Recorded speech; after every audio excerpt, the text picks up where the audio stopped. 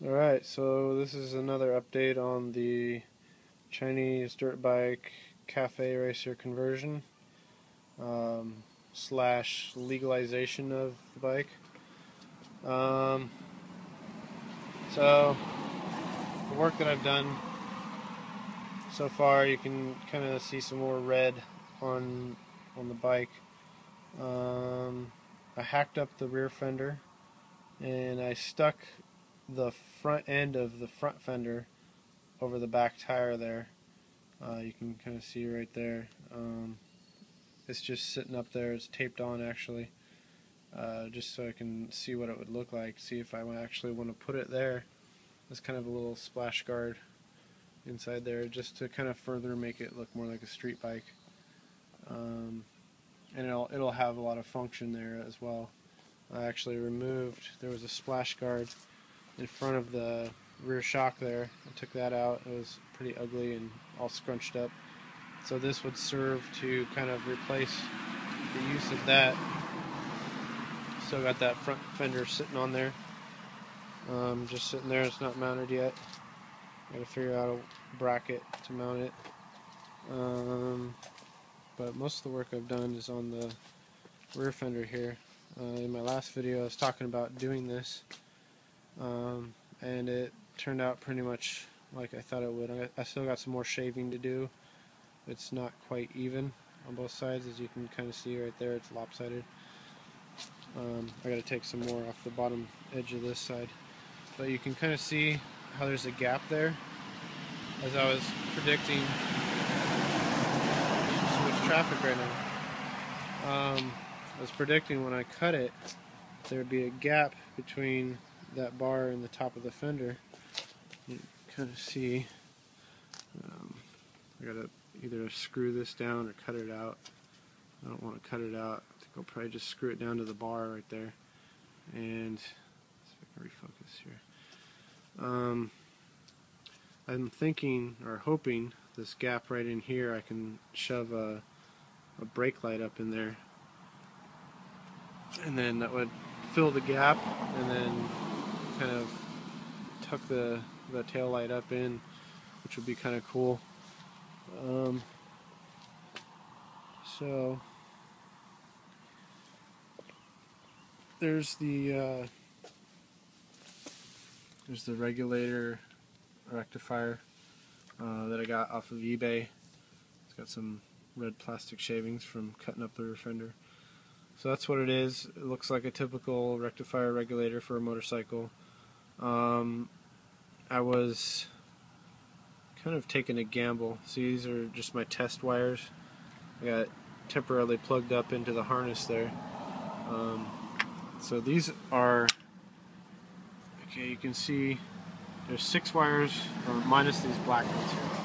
There's 6 wires going in the bottom of the plug and only 3 coming out the top. So that means that 3 are unused. It's a yellow and pink one there, and then the green with the kind of brownish orange stripe on it. Those 3 are unused. The 2, the yellow and the pink, are hot, and the green is just ground. So just based off of that and my limited knowledge of electrical stuff, electronics and such, I figured I needed a 5-wire rectifier regulator, and actually it had the same colors. So by hooking up pink to pink, yellow to yellow, and green to green, I have a red and black coming out, which you would think is positive, negative, which it is.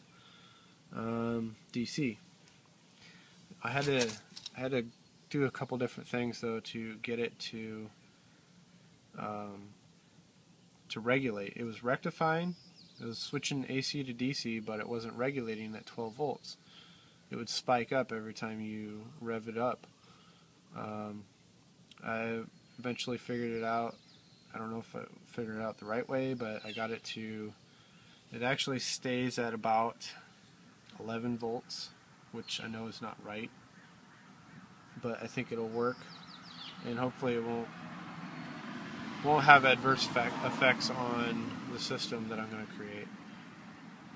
So that's the base of it right there. That's the basis of the system. It's taking it off the motor, converting it to DC, and regulating it 12 volts so that I can run the headlight, which you can see here. Part of the, at least here in Washington State, part of the way to convert this into a street legal bike is that a lot of the components, such as the lights, have to be DOT approved. You have to actually say DOT on them. So, right over here, minus the hexa.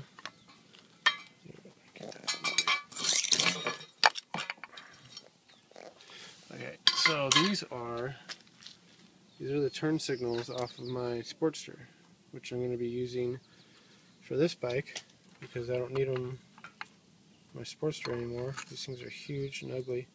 Ooh, it does have a crack in it. Wow. Oops. Anyways, yeah, that sucks. That actually gives me an idea. Because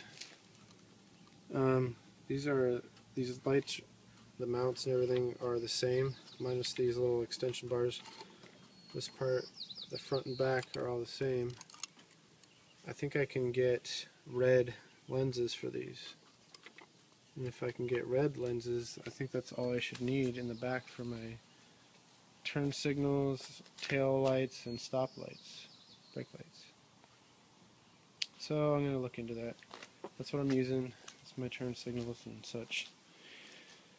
So, not much other than that going on with it. I took off that exhaust there just to kind of check it out, and that thing is incredibly restricted.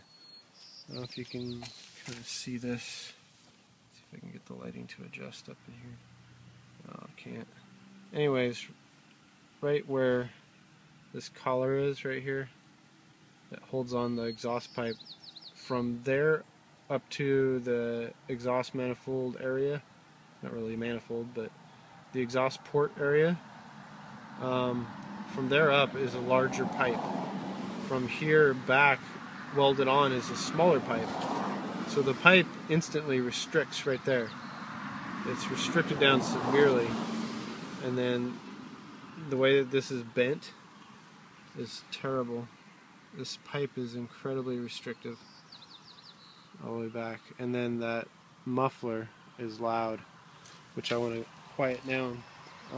So I'm going to be replacing the exhaust system and upgrading it as well to something that's quieter, looks better, and is better performance. And I'm debating whether I'm going to leave it up high like this, which is definitely the dirt bike style and a lot of modern bike style, or take it down under the engine and then bring it back like a street bike, more like a Café Racer, and then like bring it straight back or even angle it up right there, something like that. I don't know yet. But I'm going to be reworking that exhaust, and probably not right away. I'll probably use this one just to get the bike done, and then save that for a later project, a later modification, once I get it rolling. But that's my update. Like I said, I got some more work to do on that rear fender, and then building the lighting system, which is pretty simple. Shouldn't take long or take much. The big part that sucks though is those tires are enduro style tires. They should be legal, but they don't have the DOT embossing on them. So without that DOT approval on them, I don't know if they're going to pass inspection that way. I might have to buy new tires. These things are basically brand new. And I like these because these will give me street ability and still retain some off-road tread, which would help me kind of retain some off-road ability, which would allow me to do kind of like adventure riding pretty much anywhere I wanted to. Anyways, now I'm just rambling. So that's my update. Hope you like it, and please subscribe, because I'm going to be updating pretty often on this bike and my other bike, on my Sportster. So stay tuned, and I'll see you guys later.